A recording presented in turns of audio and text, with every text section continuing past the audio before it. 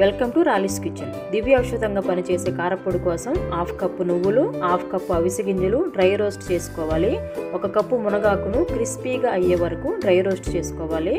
1/2 cup ఎండు చింతాకును కూడా dry roast చేసుకోవాలి. 1 టీ స్పూన్ ఆయిల్ వేసుకొని 1 కప్పు కరివేపాకు వేసి క్రిస్పీగా అయ్యే వరకు వేయించుకోవాలి. 2 టేబుల్ స్పూన్లు ఆయిల్ వేసుకొని 1 కప్పు ఎండుమిర్చి, 1 టేబుల్ స్పూన్ వరకు ధనియాలు, 1 టీ స్పూన్ వరకు జీలకర్ర, చిటికెడు మెంతులు, కొద్దిగా చింతపండు, సరిపడా రాళ్ళ ఉప్పు కూడా వేసి మంచి వాసన వచ్చే వరకు వేయించుకోవాలి.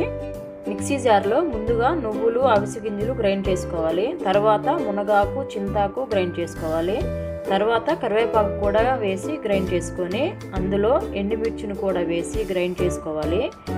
చివరగా ఒక 20 వరకు వెల్లుల్లి రబ్బలు కూడా వేసి మెత్తగా గ్రైండ్ చేసుకొని ప్రతిరోజు ఫస్ట్ ముద్దలో నెయ్యి వేసుకొని ఈ పొడి వేసుకొని తినండి.